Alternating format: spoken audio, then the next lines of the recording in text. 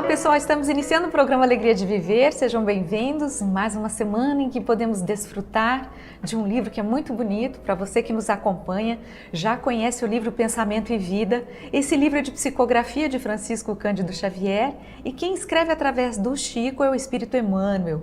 Nós já vimos vários capítulos anteriores, hoje nós entraremos no capítulo 15º, falando sobre a saúde. Mas nos capítulos anteriores nós já falamos a respeito da mente, da família, do berço, por que nós nascemos numa determinada família, nós falamos a respeito da nossa constituição física, a importância, o que é o nosso corpo físico, como a alma, como nós lidamos com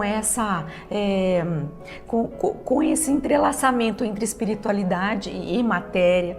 Então, hoje estaremos entrando no capítulo que fala sobre saúde e você fique conosco. Eu sou Solange Godoy, junto com André Luiz Ruiz. Como vai, André? Olá, Solange. Olá, queridas irmãs, queridos irmãos.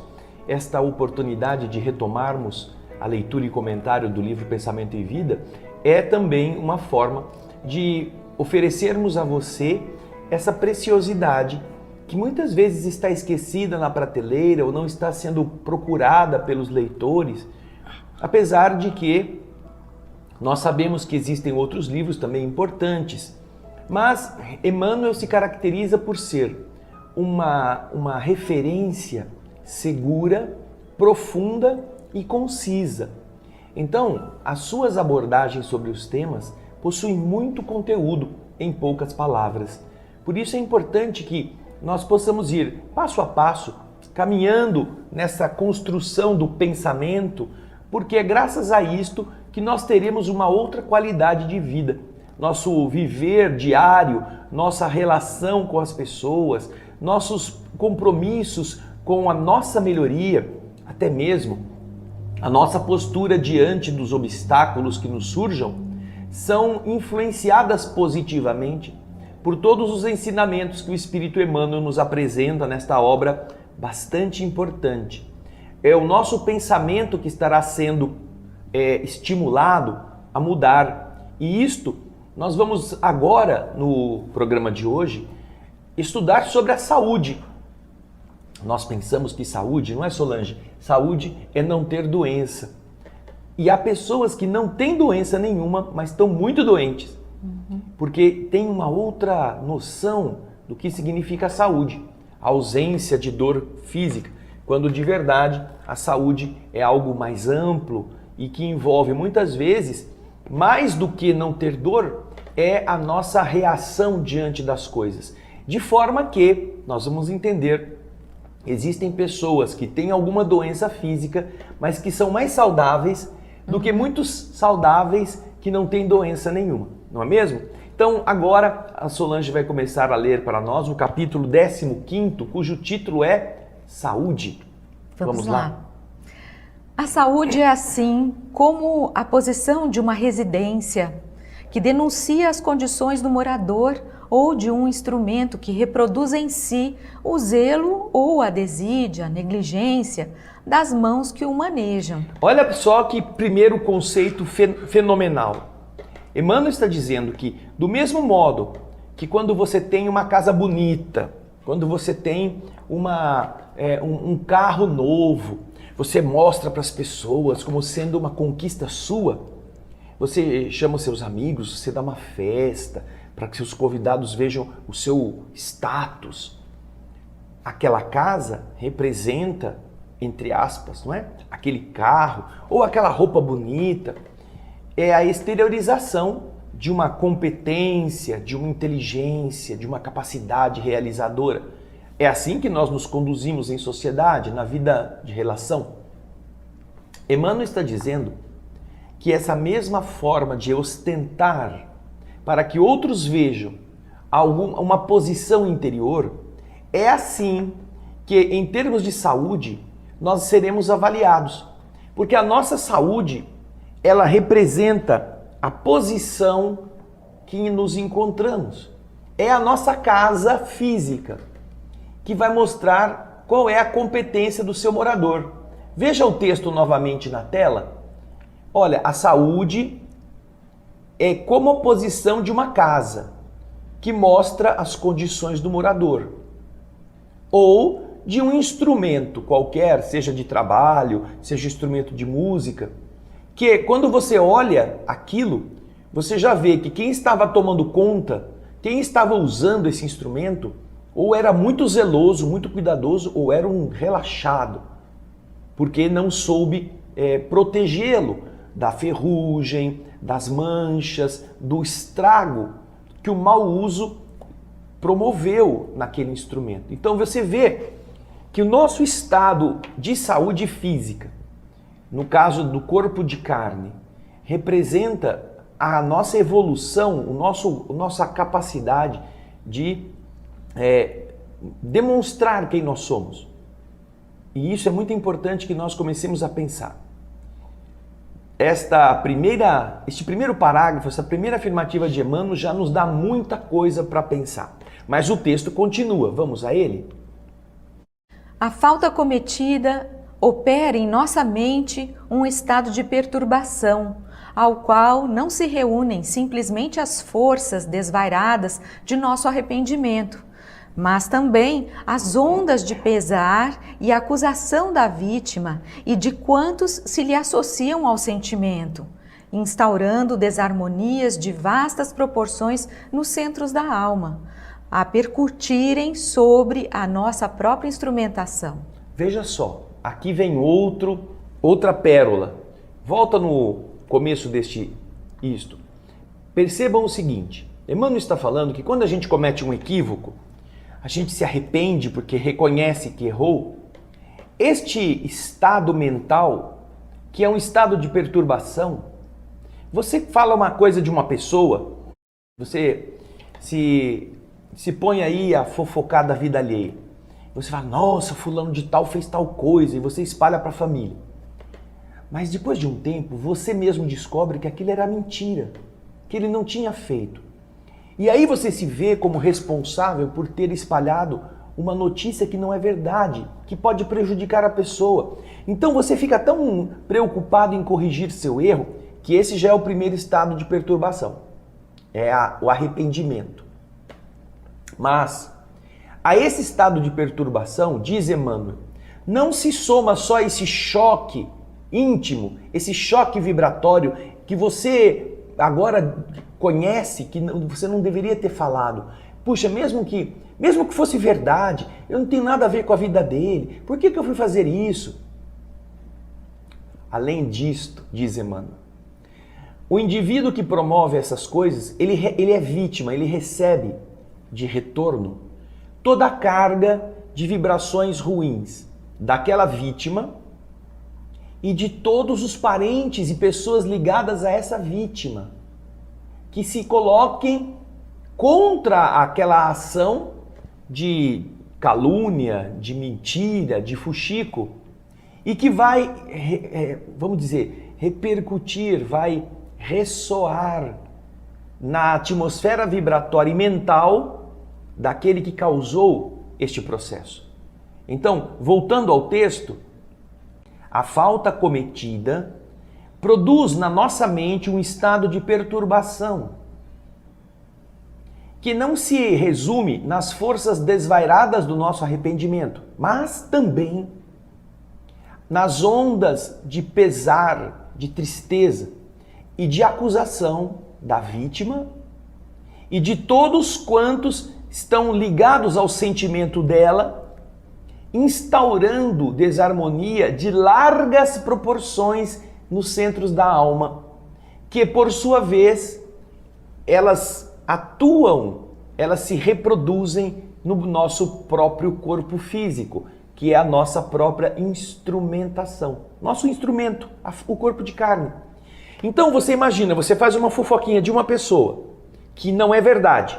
Essa pessoa vai sofrer, no caso, ela pode ser demitida do trabalho, ela pode perder o posto em que ela se encontrava, ela pode cair no ridículo social, pode ser notícia em rede de televisão, em jornal, por uma mentira.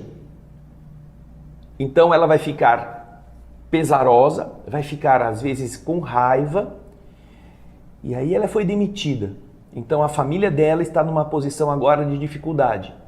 ela não tem mais o trabalho e ela não consegue mais emprego porque as pessoas correm a notícia de boca a boca e ela então começa a passar dificuldades financeiras, seus filhos têm que sair da escola, sua mulher ou seu marido não podem mais andar pelos mesmos caminhos que andavam. E então, todos estes pesares, todas essas pessoas vão querer saber por que você foi demitido. Não, porque fulano falou uma mentira de mim. Fulano, meu Deus, como ele fez isso com você, que coisa errada. Nossa, esse cara tem que pagar. Tá vendo? Todas estas ondas emitidas por aqueles que estão ao lado desta pessoa acabam se transformando em uma verdadeira chuva ácida na direção daquela pessoa que fez aquilo que produziu esse prejuízo.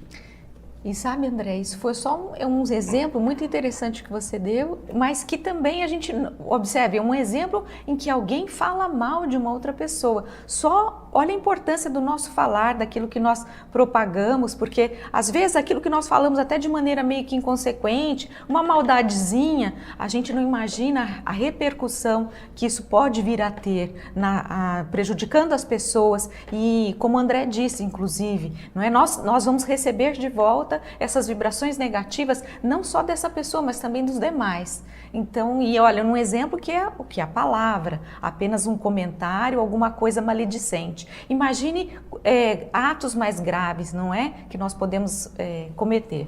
Isso aí. Então, agora Emmanuel vai continuar explicando. Semelhante descontrole apresenta graus diferentes, provocando lesões funcionais diversas. A cólera e o desespero, a crueldade e a intemperança ou desequilíbrio criam zonas mórbidas, zonas doentias de natureza particular no cosmo, no organismo, no nosso organismo, impondo às células o distúrbio pela qual se anulam quase todos os recursos de defesa, abrindo-se a brecha fértil à cultura de micróbios patogênicos nos órgãos menos habilitados à resistência. Nós todos somos um organismo vivo. Imagina só, imagina que você vai num condomínio, onde tem um grande terreno, com uma portaria e um monte de casas, um monte de moradores. E você é mais um morador. Você visita, você tem que passar pela portaria, você vai entrar e vai ter... Às vezes você pode ser um dos moradores, você vai morar lá. Imagina que você é um condomínio. É nesse sentido que eu quero dizer. Você tem a portaria. A portaria é isso aqui, ó. A boca, o olho, o ouvido, o nariz. É por onde entram as coisas. Também a pele nos ajuda, mas basicamente vamos citar essa parte sensorial. Você é um organismo, você é um condomínio que tem 10 trilhões de células, de casinhas dentro de você. Um condomínio muito grande, segundo os cálculos dos cientistas, dos biólogos. E você possui, nesse condomínio de 10 trilhões de casas, você possui 100 trilhões de bactérias e vírus andando dentro de você. Tudo em harmonia. Tudo nesse condomínio está tudo funcionando. Mas você tem outras vidas comendo você devagarzinho e sendo combatidas. Essa maneira de agir que a biologia nos apresenta é a base daquilo que Emmanuel está falando. Quando tudo está bem, quando a mente que governa este condomínio está em harmonia, ela sabe que tem um vazamento, então ela manda corrigir o vazamento, ela sabe que faltou energia elétrica em uma casa, ela manda energia, manda o eletricista lá, ela tem uma central que organiza tudo que está acontecendo, abastecimento, limpeza, desentupimento de bueiro, tudo isso no condomínio está funcionando por quê? Porque os sensores que levam as informações até a central estão ativos. Porém, se acontece um problema em um dos sensores, se não se percebe pela câmera ou pelos detectores de sinal elétrico que em determinada área do condomínio está faltando energia, por algum tempo, aquela área vai ficar apagada. Enquanto o resto do condomínio está aceso, o que aconteceu? Mas comunica lá com o cara. Não, eu estou ligando lá, o telefone ninguém atende. Porque, inclusive, a comunicação entre aquela área e a central não está funcionando. Então, o que acontece? Alguém tem que sair, tem que ir até lá. Escuta, gente, cadê o homem que está tomando conta? Ele não está aqui, não sabe, está faltando energia lá embaixo. Tá bom, anota aí, quando ele chegar a gente avisa. Enquanto isso, continua faltando energia. Então, o que acontece? Nosso corpo é como um condomínio desse. Só que existem 10 trilhões de casinhas e 100 trilhões de intrusos, que estão submetidos à disciplina do controle central. Porém, diz Emmanuel, quando o controle central falha, pela cólera, pelo desespero, pela crueldade, pelo desequilíbrio que é a pressa, a ansiedade, esta falha no controle central, ela cria áreas doentias naquele sistema de administração. E então, aquelas casas que estão em determinadas áreas onde esse distúrbio acontece, elas deixam de ser defendidas. Abrindo o quê? Abrindo espaço à continuidade do problema e ao seu crescimento, é o que ele está falando. A cólera, o desespero, a crueldade, a intemperança, a ansiedade ou o desequilíbrio criam zonas de doença, de natureza particular no nosso corpo, impondo às células que lá estão morando um distúrbio pelo qual se anulam quase todos os recursos de defesa, abrindo-se brecha fértil à cultura ou ao crescimento de micróbios patogênicos nos órgãos menos habilitados à resistência. Então a pessoa está triste, ela está sentindo alguma coisa emocionalmente abatida. E aí o que acontece? A área emocional está em curto-circuito, Solange. E então, por causa disto, os corpúsculos que estão vivendo da gente naquela área, eles podem começar a produzir problemas e debilitar, pode começar a ter uma infecção cardíaca, uma infecção circulatória. Pode começar a desenvolver um problema decorrente desta área naquele órgão. E isto, por quê? Porque o controle central foi desativado por um sentimento ruim, por um pensamento negativo, por uma frustração, por um trauma. Que não tem nada a ver com veneno que você bebeu, com bactéria que você se contaminou na comida. Não, está em nós. A ameaça, nós dormimos com os nossos inimigos em nosso corpo. Eles estão sob controle, mas quando falha o controle, eles faziam uma festa. Você já ouviu falar, né, Solange, que quando o gato vai embora, os ratos se divertem, não é mesmo? É a mesma coisa. Então veja só que interessante o que Emmanuel está falando e ele vai continuar a explicar isso, Solange. Você quer falar alguma coisa? Pode falar. Não, é isso mesmo. E a gente vai ver as consequências desse desequilíbrio, não é? Emmanuel fala pra gente no próximo parágrafo. Vamos em frente. Vamos lá. É assim que, muitas vezes, a tuberculose e o câncer, a lepra e a ulceração aparecem como fenômenos secundários, residindo a causa primária no desequilíbrio dos reflexos da vida interior. Todos os sintomas mentais depressivos influenciam as células em estado de mitose, em estado de divisão celular, estabelecendo fatores de desagregação. Aqui entra o problema do controle central deficiente. Nossas células, elas se reproduzem. É o sistema da mitose, a reprodução celular, a divisão. Quando o material genético é separado e as células se reproduzem.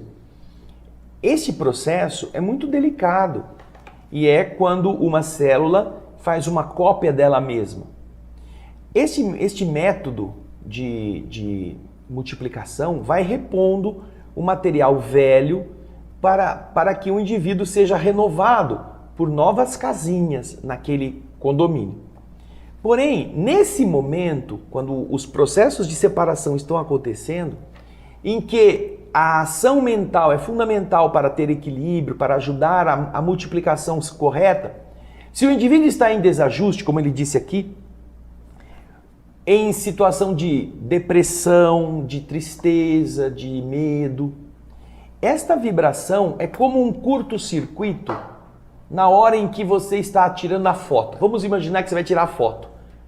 Você vai tirar uma foto para reproduzir aquela mesma cena em um outro local. Aí quando você foi tirar a foto, o que aconteceu? Estava tudo ótimo, a luz estava excelente. Mas na hora que você ia tirar a foto, deu um curto-circuito na rua, acabou a energia elétrica. Então apagou tudo, você tirou a foto, mas estava tudo na penumbra. Ah, meu Deus, estragou a foto. A hora que você vai olhar mesmo, nossa, essa foto não é a verdadeira, eu não posso ficar com ela. Só que no caso do indivíduo, na hora em que as células estão se multiplicando e há esse curto-circuito emocional, mental, da depressão, do abatimento, da raiva, as células que vão ser produzidas daquela divisão, elas não podem ser apagadas, elas continuam vivas e defeituosas. E você imagina que malefícios isso pode trazer para o organismo se o indivíduo permanece num estado assim por semanas, por meses, por anos. Então ele está falando, olha, o câncer, a tuberculose, a lepra, a úlcera. Nós temos em nossa instituição, Solange, nós temos atendimento para algumas pessoas que estão com problemas, ulcerações, em membros do corpo. E essas ulcerações, nós observamos que quando estão sendo submetidas ao tratamento lá na nossa instituição, as pessoas vão, elas ficam algumas horas lá recebendo carinho, não só remédio, não só o tratamento, mas a atenção, a conversa positiva. E aí você percebe que elas todas vêm de um ambiente familiar comprometido por algum desajuste, por alguma luta cruenta entre as pessoas, por ingratidões, por misérias morais. Mas quando elas ficam ali por aquelas horas, elas se sentem felizes, elas se sentem atendidas. E nós observamos que as feridas começam a melhorar. É claro que também com a ação do atendimento da enfermagem. Mas é muito mais rápida, porque muitas delas vêm de atendimentos de postinho de saúde, fazem curativos em casa e o negócio não melhora. Aí aconteceu o quê? Aconteceu essa pandemia, não é? Isso. Nós não tivemos como atender as pessoas, elas voltaram e ficaram em casa. Uhum. E o que aconteceu com a ferida delas? Com todos os cuidados que elas estavam fazendo em casa, praticamente todas as feridas pioraram, voltaram ao que eram antes. Porque o problema continuou e elas pararam de se abastecer da atenção, do carinho, do respeito, da boa palavra, além do tratamento. Do tratamento que não é só o tratamento físico, né, de manipulação da ferida ali, mas esse tratamento, como o André está dizendo, que é o tratamento espiritual, desse envolvimento que é feito na pessoa para que ela se sinta melhor, para que ela modifique a sua vibração. Isso é interessante porque a gente viu claramente como esse afastamento desse local que te alimenta positivamente, esse afastamento dessas pessoas, como elas regrediram nesse sentido. A gente nota que elas voltaram a se deixar contaminar pela negatividade, pela depressão, por tudo aquilo que elas sofrem dentro de casa, e a ferida acabou ficando maior e mais exposta, né? E em alguns casos, Solange, as feridas já estavam fechadas. Exato. E elas voltaram a abrir. Impressionante. E isto, agora que nós voltamos ao atendimento normal, porque nós temos agora a nossa instituição faz mais de 1 mês e meio que está aberta ao público, nós passamos a atender alguns casos mais graves destes mesmos pacientes em horários compatíveis. E agora as feridas voltaram a secar, voltaram a melhorar. Não só as feridas, mas até o estado, o ânimo deles. Quando eles voltaram a tratar conosco, eles chegaram abatidos, cabisbaixos, pareciam que estavam assim, interiormente, a morte, né? Aguardando o fim. E agora a gente nota já uma mudança interior mesmo. Então isso é muito, muito bonito de ver. E é importante para a gente ter em mente que eles têm esse problema de ferida, mas existem pessoas que estão passando pela mesma situação, que estão enfrentando essas dificuldades com o Covid e que não estão sabendo lidar com isso e que estão se abatendo, se deixando cair, estão se deixando entristecer. Isso é muito sério, porque dessa atitude pode vir, como diz Emmanuel, um reflexo no nosso corpo físico. A pessoa não estava doente, mas acabou se contaminando com a negatividade, Isso. ficou assistindo só televisão que dá notícia de tragédia, e aquilo vai comer, é como você comer lixo. Come lixo todo dia, vai ver o que vai acontecer com o seu corpo. Então, mentalmente, o indivíduo abre caminhos, como ele disse ali, abre leiras, abre brechas, para que aqueles micróbios que já estão em nós se encontrem comida e se multipliquem. Agora, ele falou aqui sobre a depressão, né, os sintomas mentais depressivos, mas logo no parágrafo seguinte, ele vai falar também do relaxamento do alimento. Isso. Não é só isso, a coisa vai mais além, é o que está dizendo Emmanuel. Vamos acompanhar. Vamos lá. Todos os sintomas mentais depressivos influenciam as células em estado de mitose, de divisão celular, estabelecendo fatores de desagregação. Por outro lado, importa reconhecer que o relaxamento da nutrição constrange o corpo a pesados tributos de sofrimento. O que é isso, hein? Hein, Solange? Emmanuel está falando para a gente da importância, não apenas essas questões do nosso desequilíbrio mental vão influenciar no nosso corpo físico, como também aquilo que nós ingerimos. Os alimentos que nós estamos, dos quais nós estamos nos servindo, podem também prejudicar o nosso corpo físico. O relaxamento da nutrição. Olha como os espíritos eles têm nobreza para falar as coisas, né? Você é relaxado quanto ao que come. Passa em qualquer boteco, vê aquele ovo verde boiando ou aquela salsicha meio assim furta-cor naquele molho de tomate de 15 dias. Ai, que gostoso, vou aquela comer. Aquela coxinha de uma semana na vitrine. Aquela coxinha, vem aqui, né? Último tango, o título da coxinha, comeu ou morreu. Então o indivíduo vai lá, e ai, que gostoso, eu vou comer, adoro esse tipo de lanchinho. Tá bom. Você começa a ser o próprio assassino, porque aquilo está cheio de coisas de micro-organismos que você não tomou cuidado e então você acabou colocando para dentro coisas que não são normais da sua flora. E é isso que ele está falando, o relaxamento da nutrição faz o corpo ter que trabalhar muito mais, ele tem que pagar pesados tributos de sofrimento. Por quê? Porque olha, nossa funcionária, ela foi, quando estava vindo para casa, para o trabalho, ela passou num terminal de ônibus, estava com fome, comprou um inocente pãozinho de queijo. Isso. Um inocente pãozinho de queijo. Comeu o pãozinho de queijo, ela não conseguiu nem esperar o ônibus seguinte para pegar e vir para o trabalho. Ela passou tão mal que dali ela teve que ir para o hospital, foi levada para casa, de casa para o hospital, por causa do pãozinho de queijo. É o tal último tango. Né? Ainda bem que o dela não foi o último, né? Que ela tá boa. Exatamente. Agora Emmanuel vai explicar com todas as palavras o que ele está falando aqui. Vai lá, Solange. Enquanto encarnados, é natural que as vidas infinitesimais que nos constituem o veículo de existência retratem as substâncias que ingerimos. Está falando dos bichinhos que estão vivendo em nós, os 100 trilhões. Vamos lá. Nesse trabalho de permuta constante, adquirimos imensa quantidade de bactérias patogênicas que, em se instalando comodamente no mundo celular, podem determinar moléstias infecciosas de variedades diferentes, de diversos caracteres, compelindo-nos a recolher, assim, de volta, os resultados de nossa imprevidência. Então, você começa a abastecer um monte de bichinho de comida que eles gostam e você começa a ser doente por causa de tudo aquilo que eles produzem. Um dos resultados de qualquer tratamento contra vermes, às vezes as pessoas estão infestadas de verminoses, é você tomar uma medicação que vai matar aqueles bichos.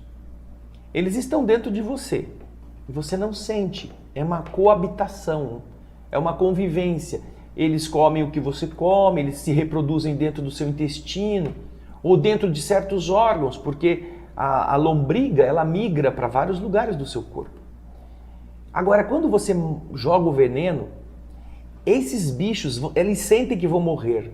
Então, eles têm uma reação de defesa, não só no expelir os ovos que estão com eles, mas eles produzem uma toxina que quando eles vão morrer, eles liberam essa toxina e geralmente a pessoa que está tomando vermífugos, ela tem alguma reação de incômodo. Ela passa mal, ela tem dor de cabeça, ou ela fica com a boca seca, ou ela fica mal-humorada, ou ela tem uma reação de dor no corpo, por causa das toxinas desses bichinhos invisíveis quase, que estão morrendo e que não querem, eu vou morrer, mas eu também vou matar quem está do meu lado. É uma reação natural. Então você imagina, eles estão com isso tudo dentro de você. Agora, você vai comer coisas que estão fora da sua rotina e vai correr o risco, você vai inserir em você bichos contra os quais não tem defesa o seu organismo ainda. Então é muito comum, Solange, pessoas que vão visitar outros países e que vão por aí, eu quero sentir o que é a comida desse país, vai na feira. Isso. E lá, capta qualquer coisa que lhe dão e comem. Tudo bem, comeu uma farofinha. Farofinha de tâmara com trigo, né? Trigo sarraceno e tâmara. No mercado marroquino. Tá bom, ótimo. É bonito, aquelas bugiganga pendurada, um sabor diferente, um gosto diferente. Só que ali tem um monte de bichinho daquela região que faz parte da natureza, da microbiota daquela área, que todo mundo lá está acostumado. Só que você que veio de fora não tem defesa para aquilo. Então você come aquilo que é gostoso, né? Trigo sarraceno com tâmara moída, e aí os bichinhos caem no seu intestino. Fala assim, oba, terreno livre, aqui a gente pode, não tem ninguém que nos combata. Isso. Aí eles começam a se proliferar, e o seu corpo fala, meu Deus, o que aconteceu? Que esse inimigo entrou por onde? Pela porta dos fundos, quem pôs ele aqui dentro? Nós não sabemos o que fazer com ele. E o seu corpo começa a trabalhar desesperadamente para tentar conter aquilo. Então você vai ter diarreia, vômito, febre, tem que ir para o hospital. Tem gente que morre disto. Quantas pessoas não morreram com festa de casamento onde tinha maionese? Né? Todo mundo comeu a maionese no casamento, ela tinha fermentado, tinha uma bactéria no ovo da maionese. E aí? Vai para o hospital e morre. Muitas delas porque não têm defesa, outras porque estão fragilizadas por outras doenças. E então, por causa da intemperança, por causa do despreparo, essa pessoa acaba sofrendo, como ele disse aqui, por ingerir coisas que estão vulnerando toda a sua estrutura. Mas continua Emmanuel nos dizendo a seguir. Mas não é somente aí, no domínio das causas visíveis, que se originam os processos patológicos multiformes. Isso. Nossas emoções doentias mais profundas, quaisquer que sejam, geram estados enfermiços.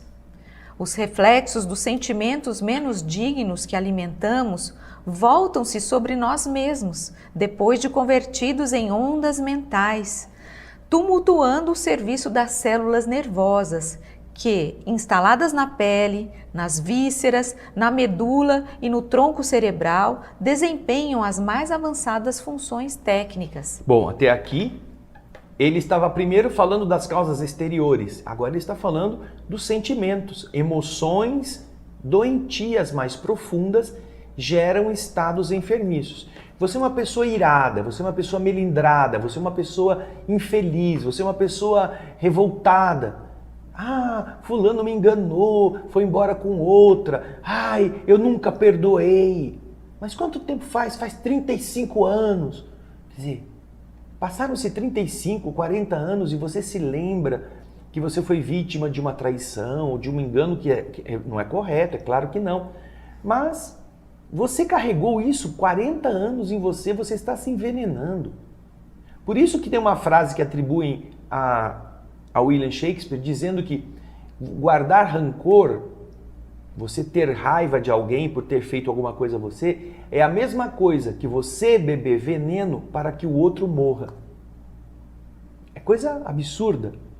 Você beber veneno do rancor, da angústia, da raiva, do estado mental patológico, para que o outro morra. Não vai morrer, quem vai morrer é você. É o que Emmanuel está falando aqui. Esses estados mentais doentios são agressões que você promove contra você mesmo. E então você entende, né, Solange? Por que Jesus disse, perdoa o seu semelhante? Porque o perdão não é bom para quem recebe, é bom para você que está perdoando. Você se livra, você pegou o sanito, aquele saco de lixo, que você estava guardando todas as impurezas, deu um nó na boca e pôs lá na rua, jogou fora. Então, quando você se livra do lixo, você não fica com mau cheiro, com a barata, com o mosquito, com o pernilongo, você não fica com nada lá. Foi embora. Jogue no lixo o que é do lixo.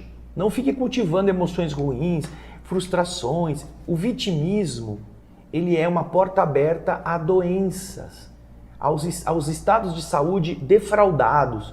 Porque você se abastece de coisas ruins e seu corpo vai ter que responder contra elas. Imagina que você pegasse um charuto, ficasse dentro de uma bolsa de plástico e fumasse lá dentro. E a fumaça não tem como ir embora. Ela fica retida dentro da bolsa onde você está. Então você fumou o charuto a primeira vez, jogou a fumaça fora e ela ficou em volta de você. Aí fuma de novo até acabar o charuto. O que você vai estar respirando é fumaça pura. E você vai achar que isso é bom para o seu organismo? A hora que você começar a ter as alterações pulmonares, circulatórias, quimicamente alteradas pela fumaça, pelos produtos químicos do charuto, do cigarro, seja lá do que for, você vai, meu Deus, onde que está uma janela que eu preciso jogar fora essa fumaça? Só que não é um charuto, é um ódio, é uma tristeza, é um arrependimento, é uma frustração, por anos, todo dia. E você falou do vitimismo, que é muito bom, e também acho que a gente encaixa aí o melindre, que é muito comum. A gente se melindrar com as coisas, qualquer coisinha nos agride, nos deixa insatisfeitos, achando que as pessoas estão nos tratando da maneira que nós não merecemos, ou nós merecíamos um outro comportamento conosco. A gente se melindra por, às vezes, coisas tão pequenas. Por que comigo, né? Por que comigo? Deus é injusto, por que deixou acontecer comigo? Então, aí, o que acontece? Como que você vai ter equilíbrio? Não tem jeito. Agora, Emmanuel vai continuar um pouquinho, já estamos chegando no fim do texto, mas Emmanuel vai falar agora sobre este aspecto de uma forma até mais precisa. Vamos ver. Os reflexos dos sentimentos menos dignos que alimentamos voltam-se sobre nós mesmos, depois de convertidos em ondas mentais, tumultuando o serviço das células nervosas que, instaladas na pele, nas vísceras, na medula e no tronco cerebral, desempenham as mais avançadas funções técnicas. Acentue-se ainda que esses reflexos menos felizes, em se derramando sobre o córtex encefálico, produzem alucinações que podem variar da fobia oculta à loucura manifesta, pelas quais os reflexos daqueles companheiros encarnados ou desencarnados que se nos conjugam ao modo de proceder e de ser, nos atingem com sugestões destruidoras, diretas ou indiretas, conduzindo-nos a deploráveis fenômenos de alienação mental, na obsessão comum, ainda mesmo quando no jogo das aparências possamos aparecer como pessoas espiritualmente sadias. Quando você entende isto, você percebe que você se torna vulnerável por gosto, por invigilância, não apenas a você mesmo. Você recebe o quê? Esses reflexos menos felizes, colocando-se no nosso córtex encefálico, na zona cinzenta, da nossa massa cinzenta, produzem alucinações.